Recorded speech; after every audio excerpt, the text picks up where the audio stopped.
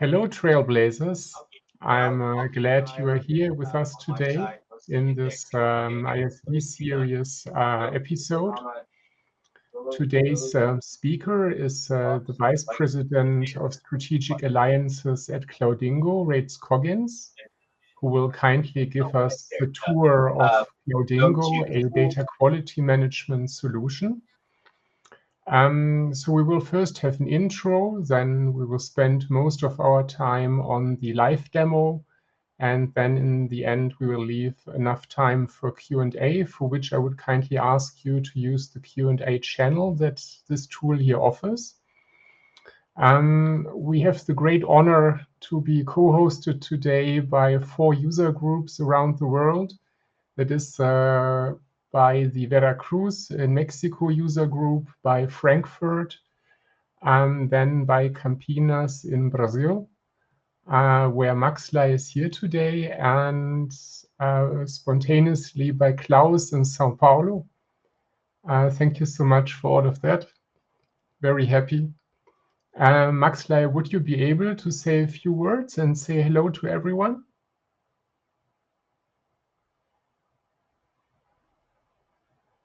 Yeah, maybe not. So we didn't discuss it up front. Hello. Hello. René. Hello, everyone.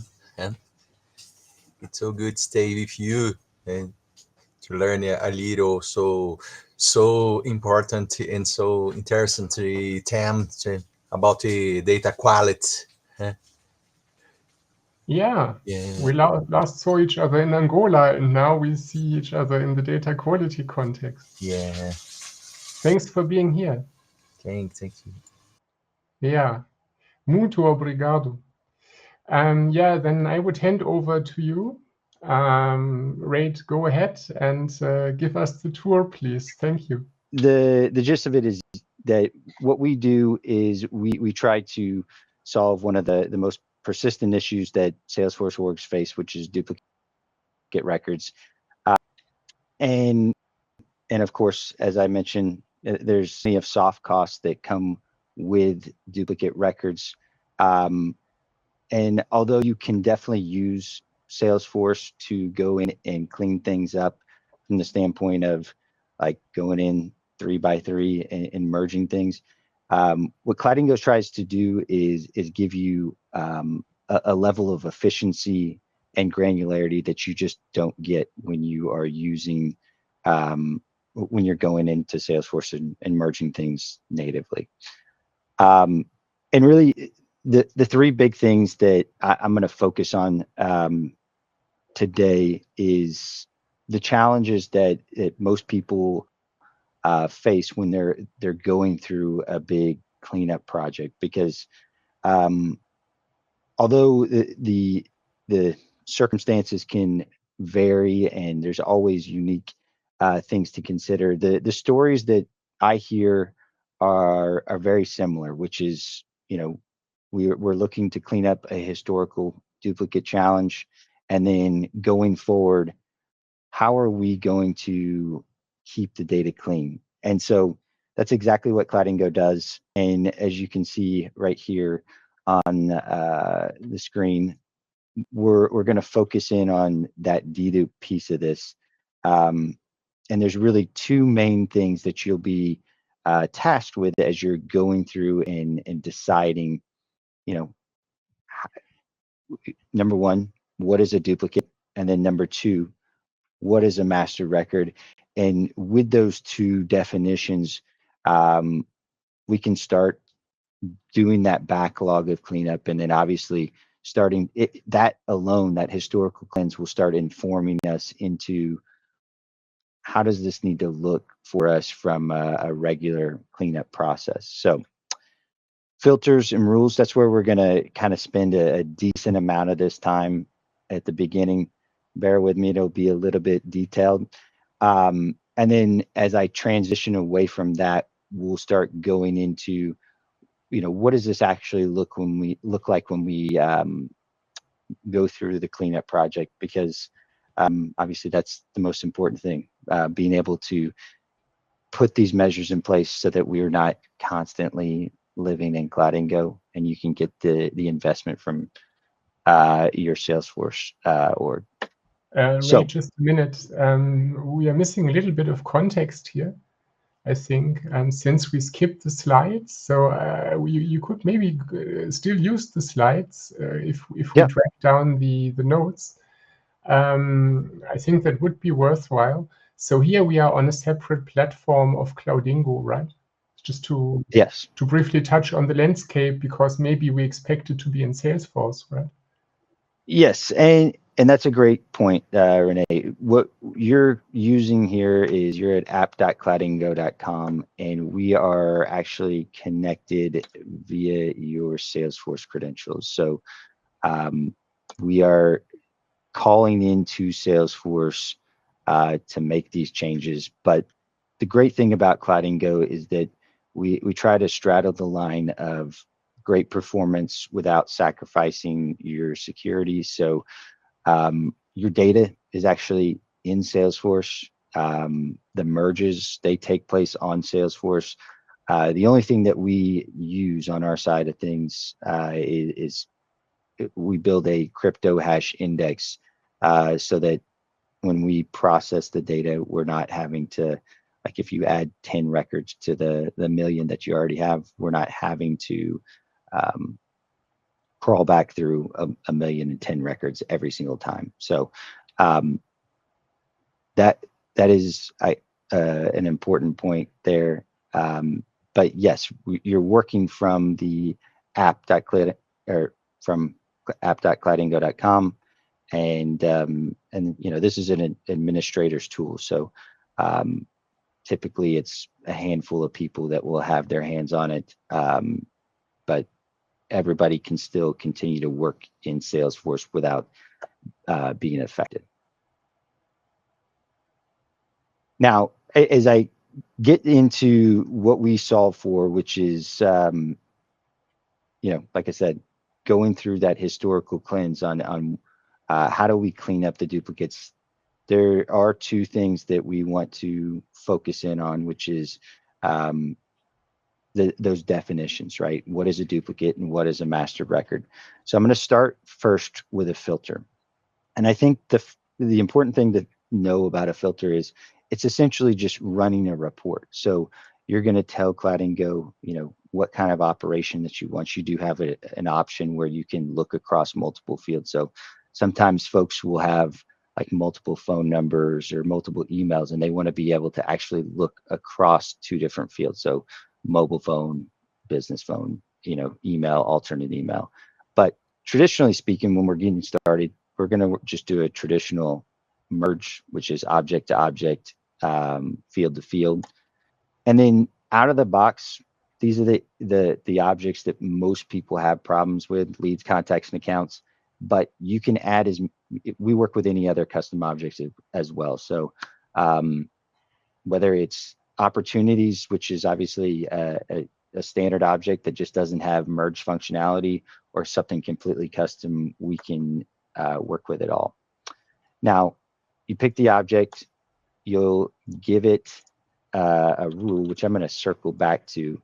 And then really where you spend the primary amount of your time is right here, just picking out the criteria for how you want to define what a duplicate is. And so I know I'm making something really simple here, but I think it'll give you the framework that is important to walk away from. Is we can use whatever field. So you'll see that whatever field that you want to use as matching criteria is available to you. And then you'll be able to apply a matching style. Some of them can be very generic, like, you know, your exact match, like for like characters, or first in, and you can go 1 to 99. Or it could be something that's more specific, like company name clean, where what we do in this case is you actually have the ability to look at the root of the account name. So, you know, something like the Best Buy or Best Buy Incorporated, Best Buy LLC, we can see all those as the same because we're stripping out those prefixes and suffixes to look at the root word. So the idea here is to give you the ability to account for the subtleties that do come up with those particular fields in their various forms. And then you'll see some other options as well. Now, one thing to note is that you're going to see that we're using the AND logic, and so it's not that most people don't have some kind of OR logic. It's more a matter of how to best serve you as you're going through and trying to clean this up as efficiently as possible. Most customers that we work with, like I said, have some level of OR logic.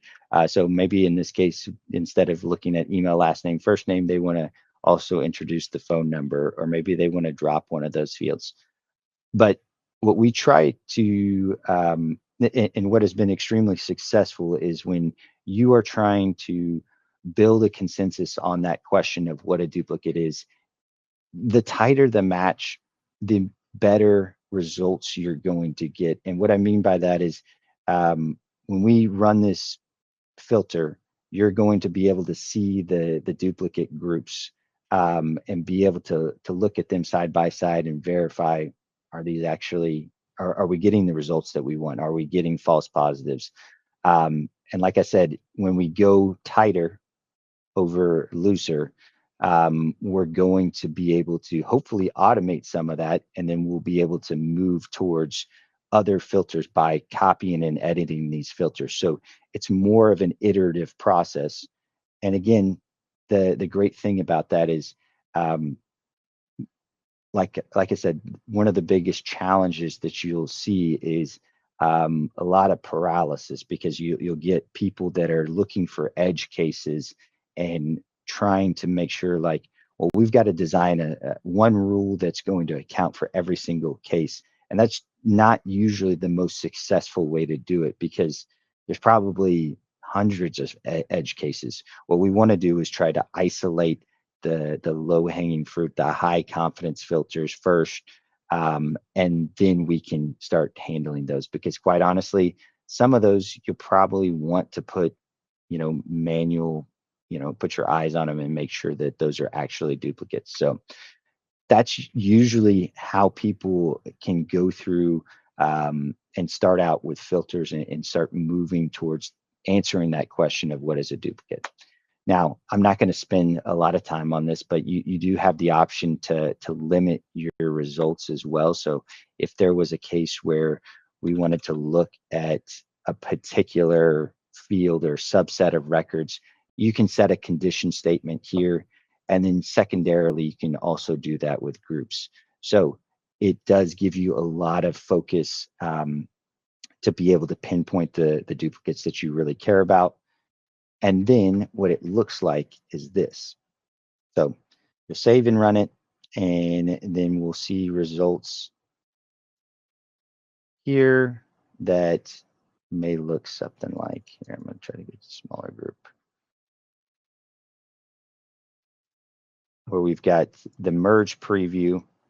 So this is what's going to be on that final master record, and then the duplicates alongside it.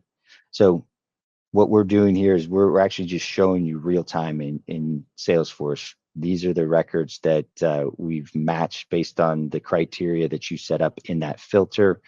Again, just like a report. The great thing about this report is that you can act upon it, right? So if we figure out, like, hey, this is something that we actually want to go ahead and merge, we can just go ahead and click here. You do have the option to come down and be able to merge en masse. And what I'll show you here in just a bit is that you can even automate a filter, so you can go through the entire results without having to comb through each individual result.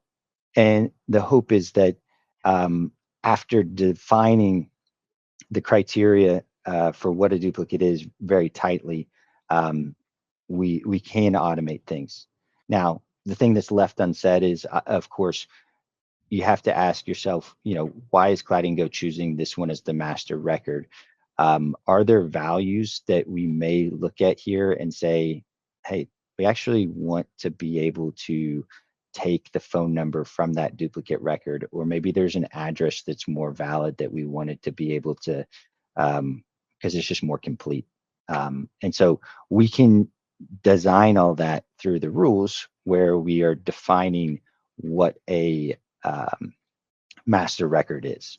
And so I'm going to take you to the rules section. And this is answering that second definitional question, which is, what is a master record? So it looks very similar, and I'm going to actually skip down here to tab 3 because this is where the meat of it is. But you'll pick out the object, give it a name, and then, like I said, tab 3, this is where you spend the time, for the most part, answering your core questions, which is, number 1, we've got to think about what, in that group of 6 records that I showed you, only one of them can be the winning record, right? So we've got to think about what it is that would help us to figure out, like, hey, is it a record? Is it an account that has the most opportunities? Is it the newest lead that comes in, or is it the oldest? There's a lot of different ways that we can take into account what is that master record supposed to be, and this is where you'll start. So in the groups, you'll see that they can be as few as 2, and they can be as many as 200. Now, for this one, I picked out a prioritize on, and I'm going to go with the status field, and then I'll go with the most qualified, the new, the contacted, the nurturing, and unqualified. But if you needed to switch things up, you absolutely can. And now that sequential order is going to determine how the master record is chosen. Save it, and we've got that all set up the way that I want. Now, this is kind of 1B. So I told you there's 3 questions. This is kind of part 2 of 1.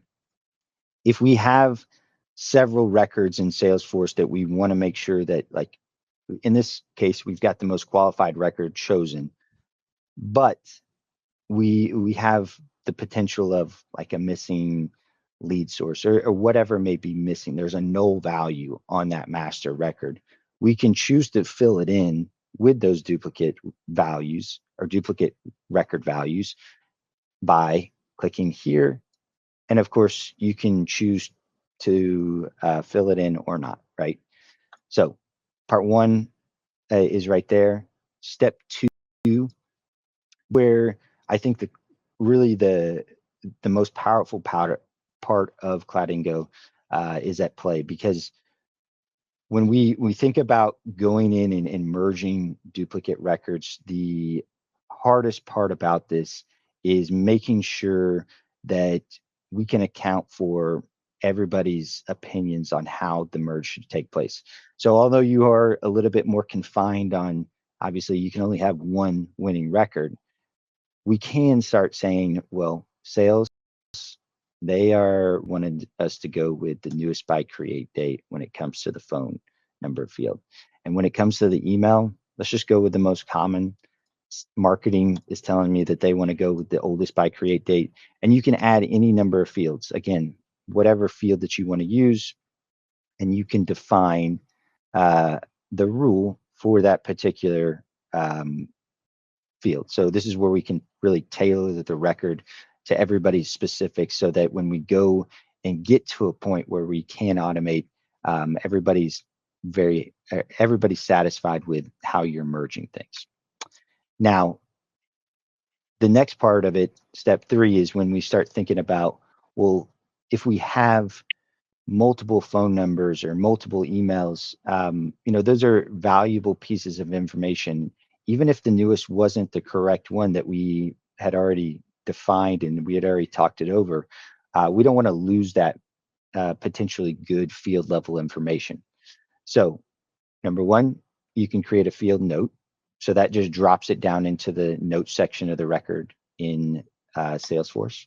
You can create a field audit. So you can save it on the Cloudingo side for up to a year. So if it's something that you're thinking, hey, I don't really want to clutter up the record, but I do want to be able to save it just in case we need to go back and find X field value, you can do that. Or you can combine it into another field. So in this case, we've got phone number, and I've already created another phone number field, and I'll say alternate phone.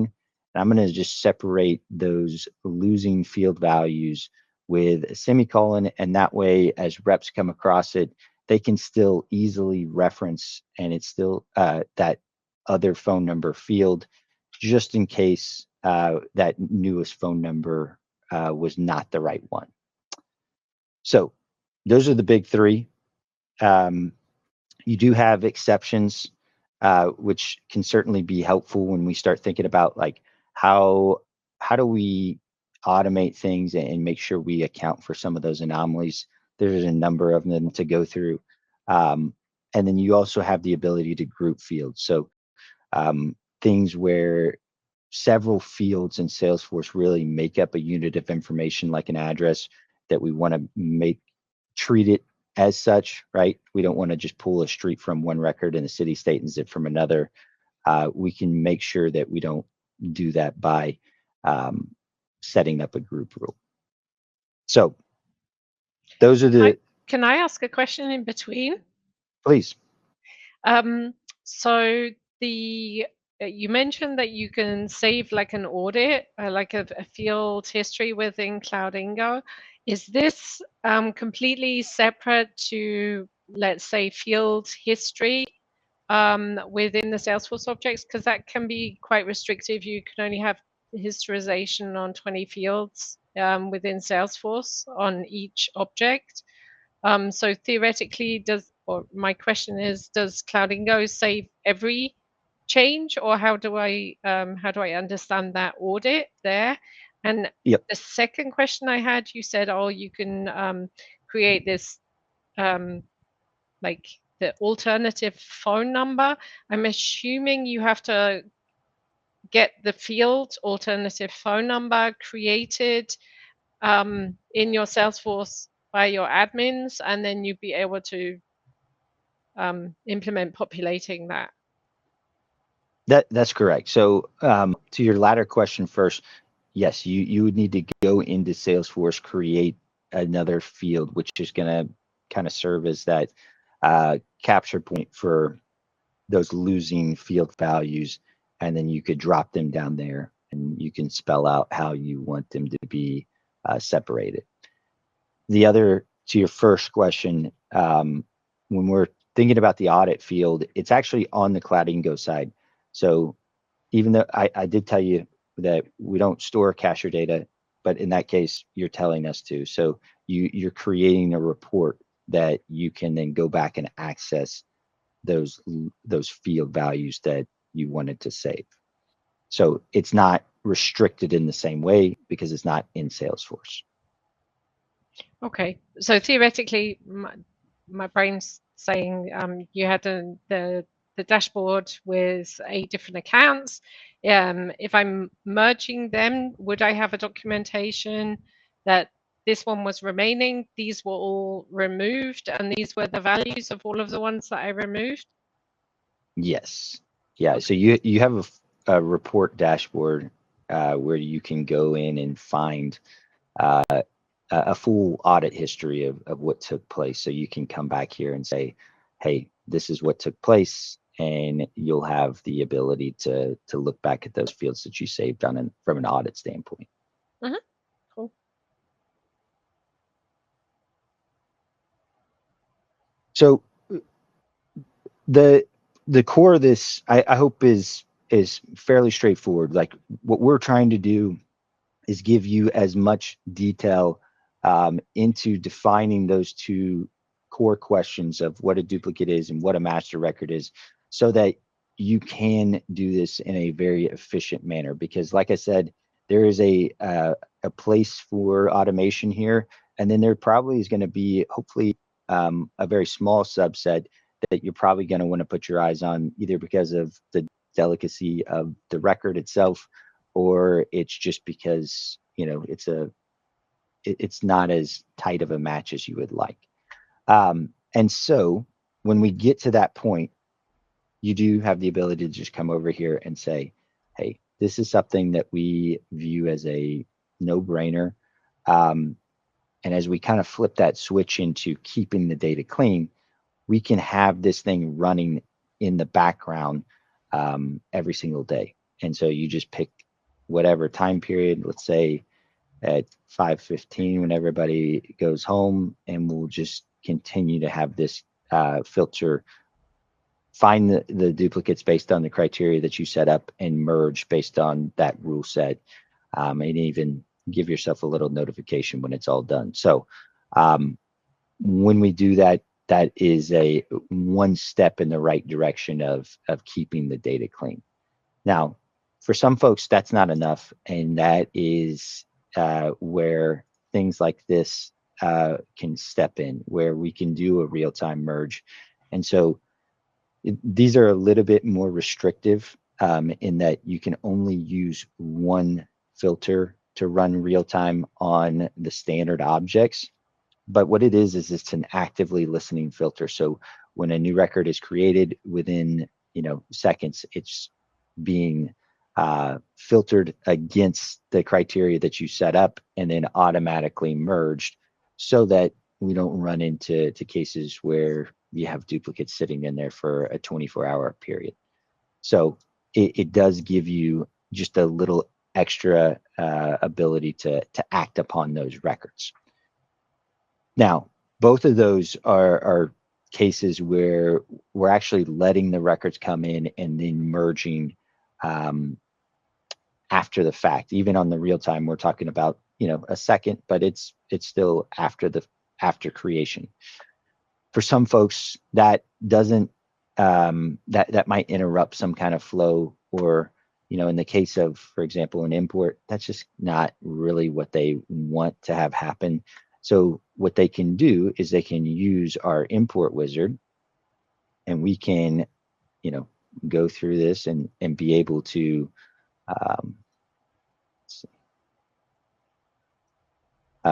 we can just walk you through this. Like you can drag the file, it's going to auto map the columns to the fields in Salesforce, and then you can use those filters down here that you've already created so that you can scan for duplicates, and you can decide what you want to do. So we can get preemptive, and that way if there is a case where we just need to update a value because we got something new to add to it, we can do that.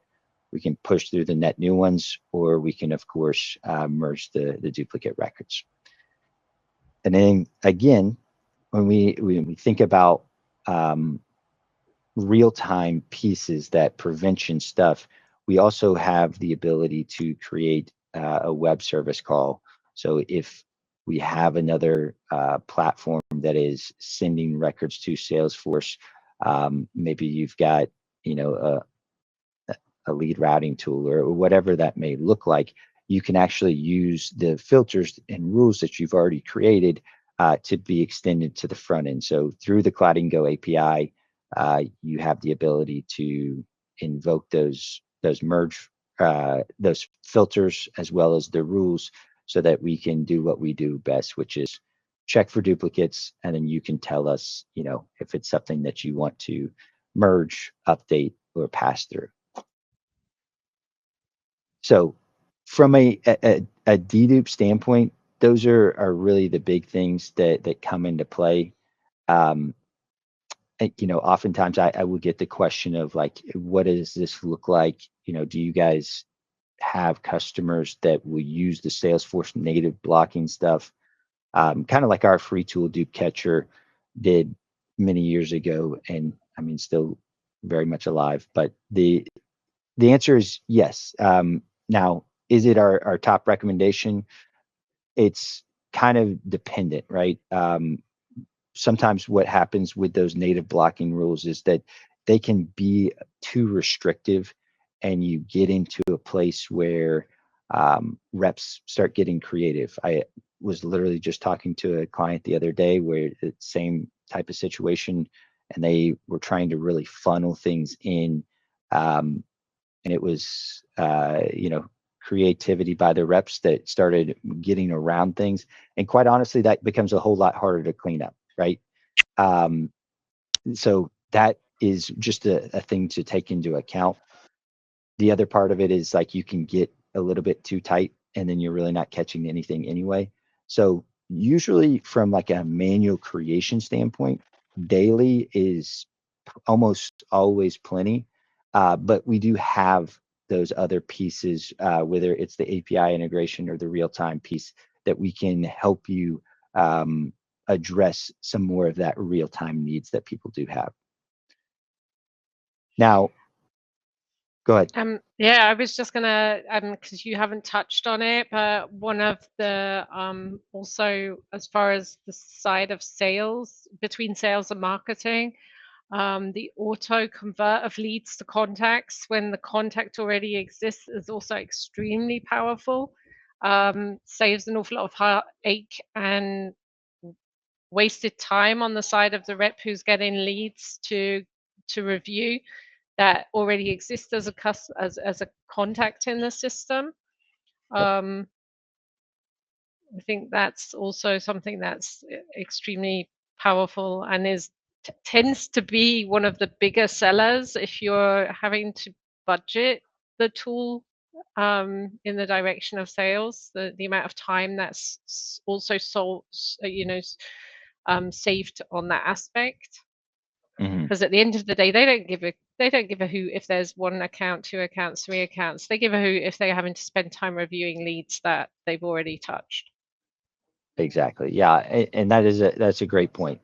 So yes, this is to Sarah's point. This is something that we also do, and it's in that same realm of duplicates, right? We have leads that really match up to existing contacts, or you may just have a bunch of leads that should be contacts on existing accounts.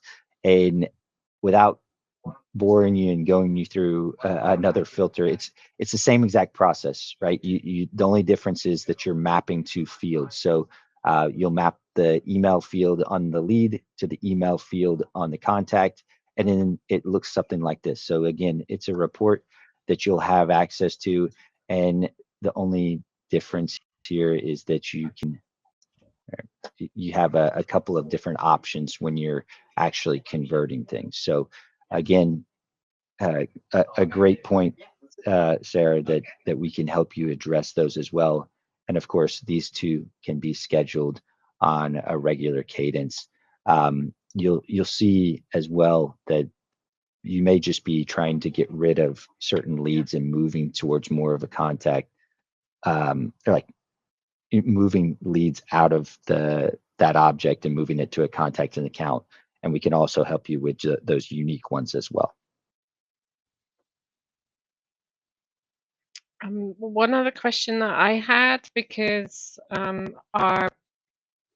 my particular use case, we have our existing org. When we built the org, we had individual contact records. We didn't have this relationship of 1 contact to multiple accounts.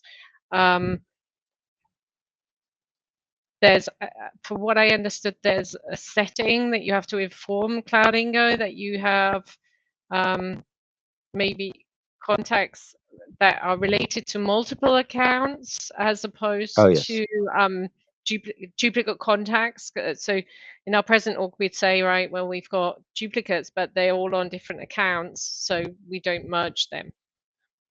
Yeah. Yeah, and so you have like reason for wanting to see those contacts on various accounts. So you have a headquarters and you have a regional account, and you might want, have a valid reason for keeping that contact record on multiple accounts. As to how that then works, because that was the development that came in Salesforce post. Like, yeah, it's just a set differently. Yeah, it's a setting that you can set up to where if you, let's see, to where you can just enable, like if, and I'm assuming, Sarah, you have the contacts with multiple accounts, right? At the moment, we don't, but we will in the future. Okay. The idea is the future, we have the contact record once. It has a primary account and has multiple other related accounts that object is connected to. Yep. And it's just a setting right here that you can check so that you can make sure that when we across that kind of issue that you can make sure that Cloudingo, removes the redundant relationships and reparents the accounts. And I guess to that point, there's also folks that have the MPSP, and honestly, there's a handful of other related, I guess, object relationships where you'll have something that looks more like a placeholder household account, and then the contact. And what will happen natively with Salesforce is if you merge two contacts with that relationship, this is not your standard Salesforce, but like in the NPSP, you'll orphan the household account. And what we do is we have something that we call the hybrid merge, and it will trigger the merge of the household object when you go to trigger the merge on the contact, so that we don't lose related information. So yeah, I mean, from the tool has, we've been around since 2010, so it's something that we've gotten to see quite a few different setups, and that's what makes it always, I guess, new and exciting in the world of duplicates. But there is always a little bit of uniqueness that comes with every single org, and fortunately, we've been around for a long time, and so we've been able to see a lot of different setups and be able to work through a lot of different things that we can resolve.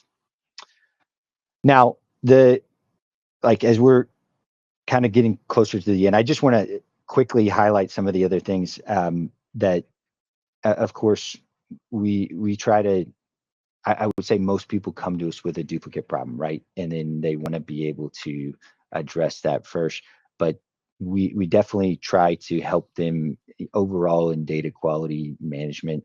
And one of the newest things that we have here is the data quality dashboard, where we are hoping to help you act upon certain issues that, number one, they can slow you down with Cloudingo, but also secondarily, they can just kind of slowly erode things and create issues in your Salesforce org.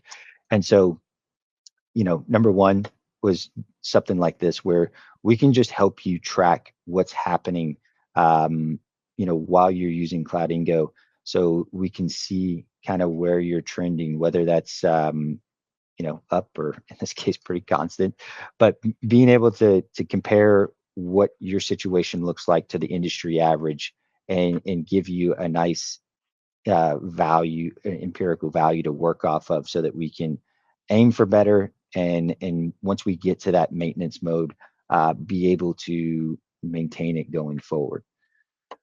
The other things, like you can see some of these top issues and different reports that you can act upon, like we've got these invalid pick lists that will certainly come up, and we want to be able to address it. So you can just go ahead and map the old value to the new, and you can certainly just map it so that if we run into an issue where Cloudingo is about to merge a record that has an invalid value, we can make sure to merge that, and we'll know that we need to change insurance carriers to, in this case, agriculture. But you can also say we want to go ahead and map and update. So you can go through the entire list of things here and make sure that we can clean up that old pick list values that you had. So things like that you'll see on the data quality dashboard, or you can create your own through the update or update matching tabs, where we can, it can be as simple as just formatting the data in a particular way. So you may, want to have all caps and lowercase after that, so title case, or maybe you just want it all caps.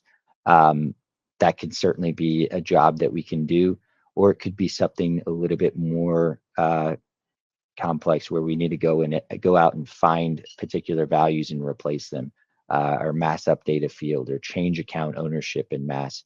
All different possibilities that you can work off of Salesforce reports that are already set up, or of course you can use the filters that you create to go out and execute on those jobs.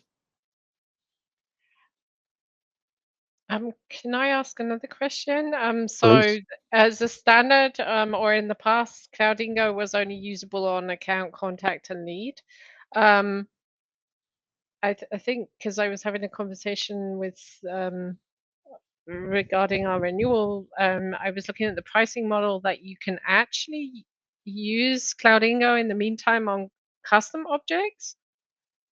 Yes. Or can you use it also, because this data, let's say data cleansing ability theoretically could be used across any object.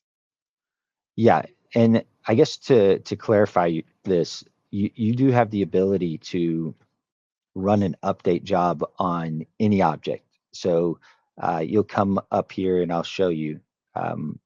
We'll just pick what object that you want, and then you can go in and create some kind of update job. And that's the same thing for if you were ever doing like a mass delete or something like that. So you can see any object, right? Now, when we talk about the dedupe side of it, or the import piece, that's where you're a little bit more restricted because we're actually merging those records. And so we have that crypto hash index. That's what is a piece of the tool. And when you look at the, like, we have 3 different license tiers. I'll just go ahead and show it to you. You can have the ability to merge custom objects when you get into our professional and our enterprise license.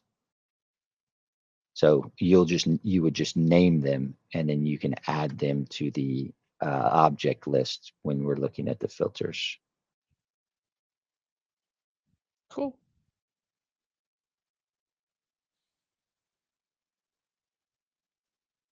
So you would see whatever object that you name.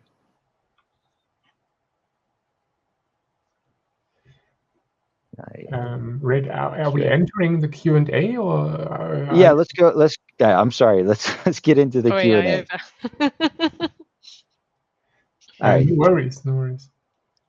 And Andrew says, can we find duplicates without importing the records? For example, we have a CSV file or CSV list for import, but before importing the list, we want to find out how many of them we have in Salesforce. And the answer is yes. When you look at the import piece of this, you'll actually see, so after I ran that, you can see, all right, these are all the duplicates. Let's go ahead and look at the merge preview of these. And now I can see, oh, we actually had, quite a few of these that were already there. And you can see, all right, this one was on the import file. These were the ones that are already in Salesforce. And you can go ahead and execute and merge, or you can skip it.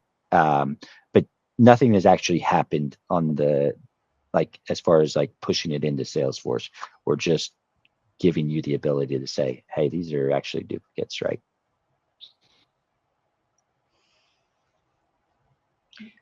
So when you've got that file, your basis, the additional one data or whatever data are on the CSV, the view that you just had is comparing it to the existing Salesforce data.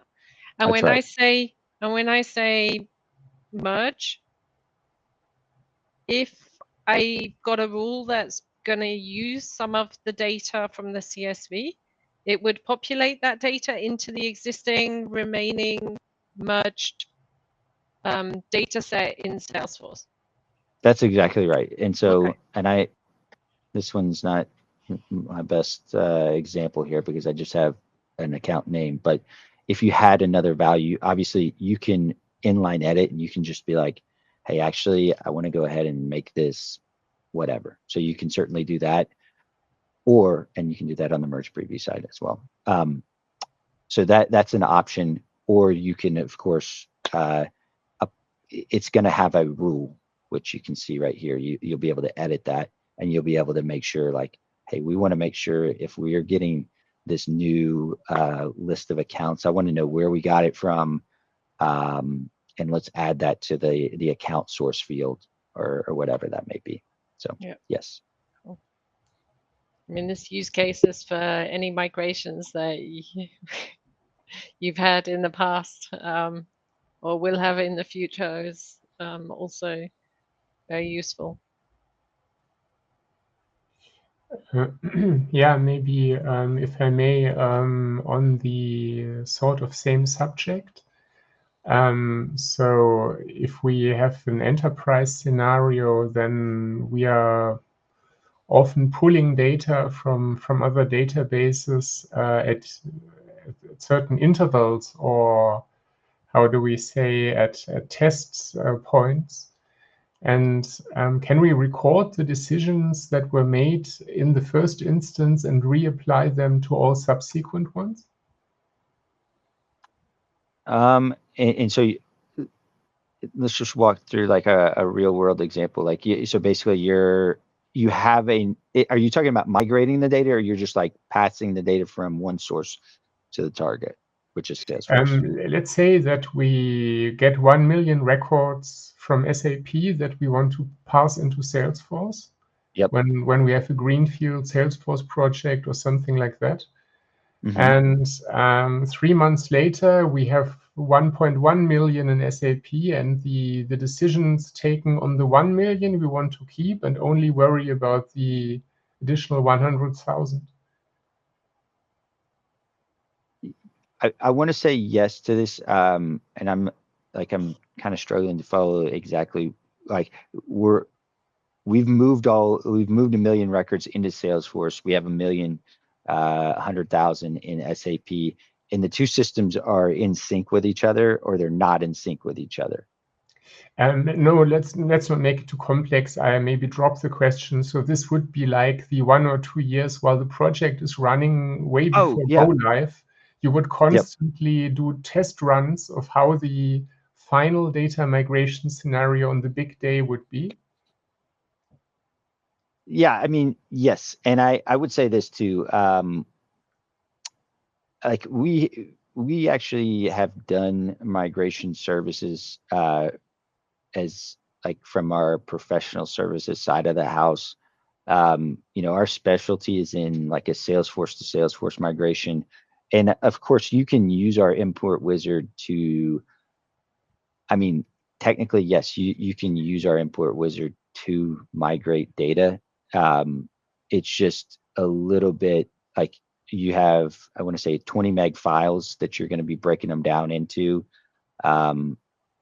So it's not like, as much as I would love to tell you that we are like a migration tool to just say yes, but it's definitely more so smaller chunks of data that you're going to be moving over.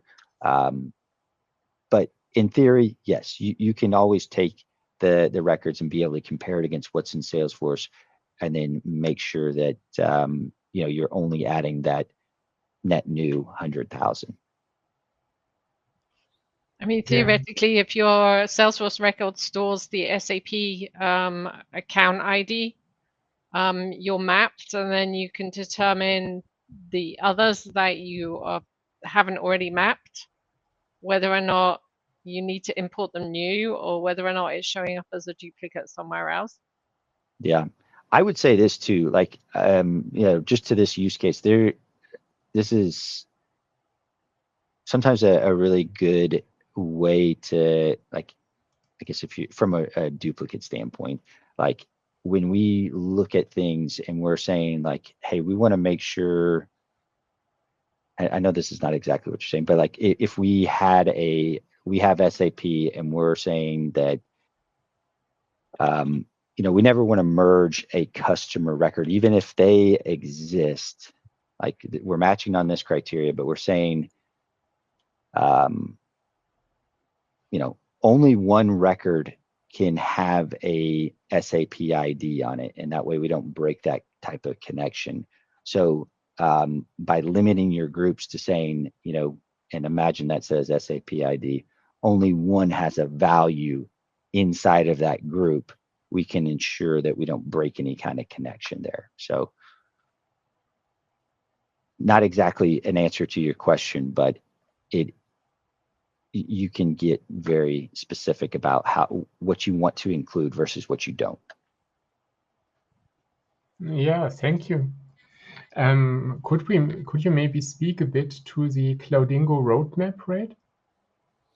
Yeah, I mean, I think from our side of things, what you'll see in the coming in this coming year is, number one, I think you'll see an improvement upon this, where this was our newest release back from I guess early this year, the data quality dashboard.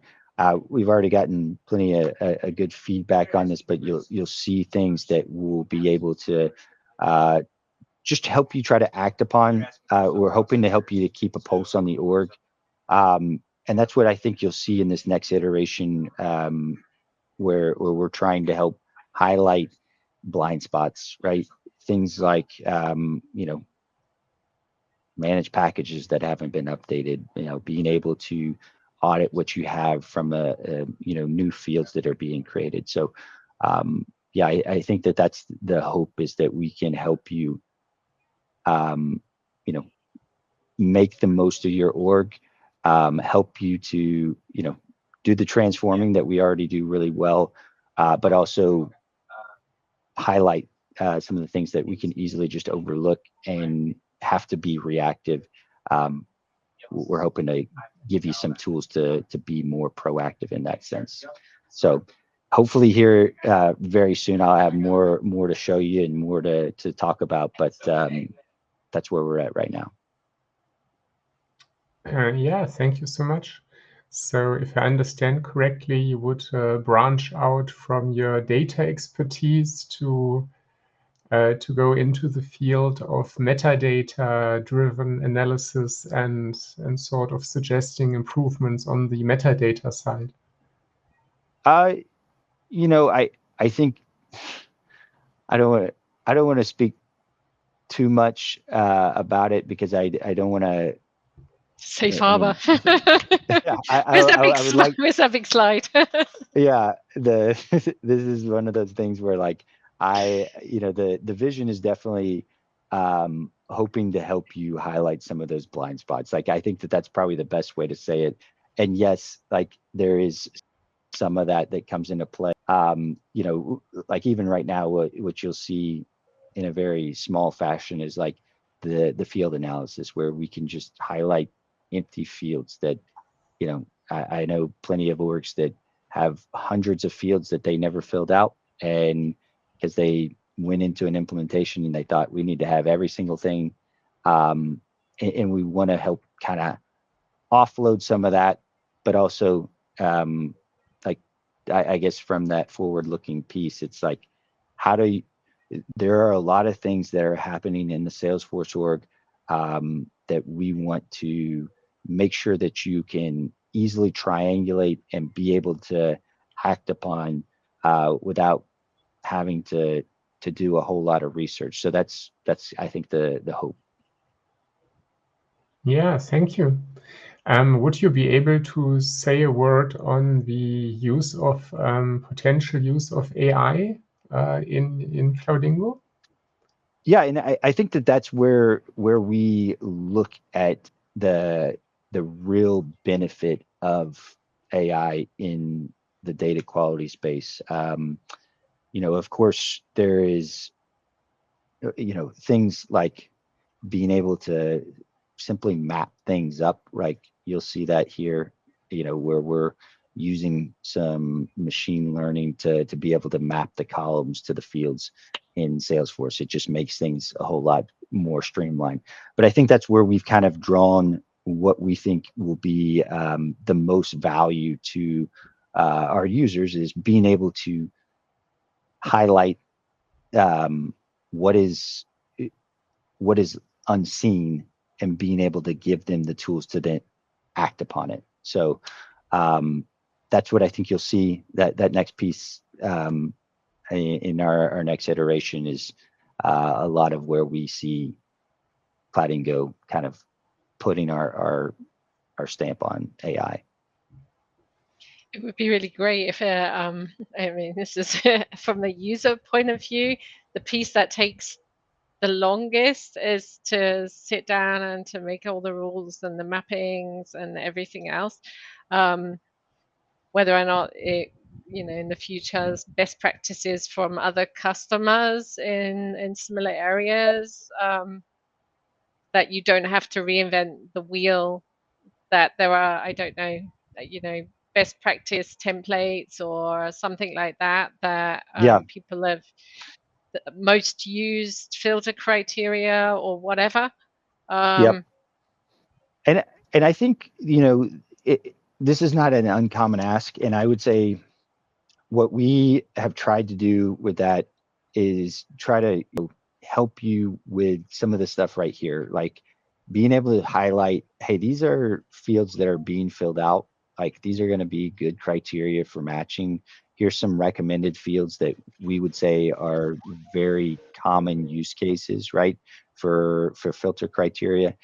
And yes, I do agree with you in that, like, that is, it's always, we want to, I think we're trying to strike a good balance of having the ability to set this up as easy as possible, but without lulling you to sleep and thinking that,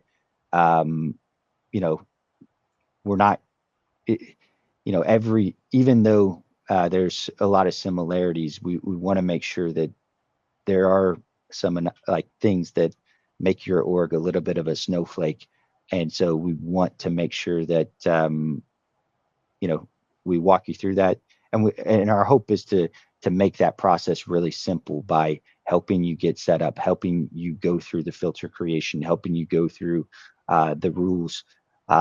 Because, I think, and obviously I'm biased, but I think usually that is it is difficult, but a lot of that is just the internal conversation that's being had, right? And that's why I think the framework that we give you of like trying to make sure that we can do really tight matches first and being really detailed for the rules section. So I hear you, and like it is certainly something that we are, I think, certainly considering, but that's kind of the way that we work around it right now. And I think the hope is to continue to push forward on things that are a little bit more unseen, that certainly take just as much time, if not more, than something like creating duplicate filters and duplicate rules. Yeah, thank you so much. I mean, we don't have a lot of time left. We started a bit later, and it doesn't matter so much if we exceed for 1 or 2 minutes. I would have a final consideration on security, as we discussed earlier, Reid. If you could maybe say a few words on that, because we have recently seen that orgs can be vulnerable, and we don't have the time, and it's not the purpose of this event to go through potential attack vectors, and nor am I a specialist in all of this. Could you maybe say a few words on security? Absolutely. And I will default to a little bit of like our website. Like I know that we are a very security conscious organization, and that goes down to, the stuff that we put ourselves through, the stuff that Salesforce puts us through. But we have certainly, it is very top of mind when we're working with the customers that we work with, whether that's banks or healthcare or just anybody else that is out there that obviously cares a lot about their data. And so I think, when I talk with organizations about what we do from a security standpoint, the thing that people that usually can kind of calm concerns is that your data is in Salesforce. The actions that we're taking are happening on the Salesforce side. The only time that you would actually even see the data itself is when we are, opening up a group of duplicates. And I don't want to pretend like security is my forte here, but and that's why you'll see a little bit of lag time, because that data is not stored on our side. We're calling into Force to say, hey, display this group of duplicates, and if we act upon it and we merge, then we call back to Salesforce to merge. If we are closing this filter, then that data is released. So we don't store nor cache any data. The only thing that we have is that crypto hash index. And that's just so that, like I said, if you have 1 million records, you add 10 more, we don't have to go back and find or comb through 1,010,000 records every single time. We just got to reindex those 10 net new ones. Yeah. So if you go to cloudingo.com/security, you can see all the security pieces that we go through. But also we have like a full security packet that we share with our clients, as well as like, if they are needing to talk through this, we're happy to do so. So it's not something that we are, we're very even in light of the recent events. Like, I feel like this has been something that's been top of mind since the day that they built Cloudingo. So yeah, great to hear. Sarah, would you maybe say a few final words, then Reid, and then we close? You are on mute.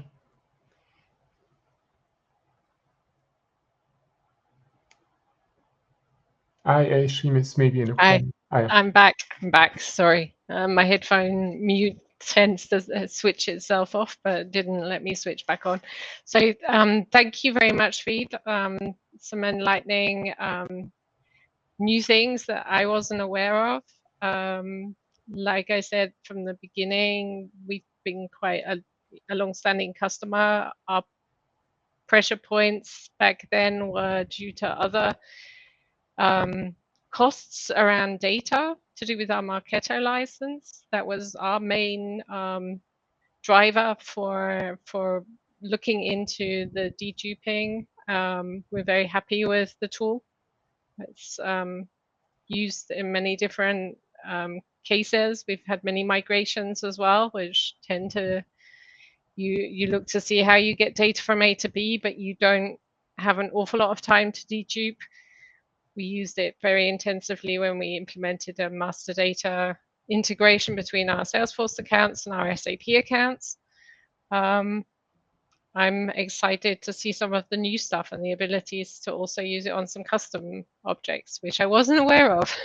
So we'll go and investigate some of those new use cases that we can use moving forward. Thank you.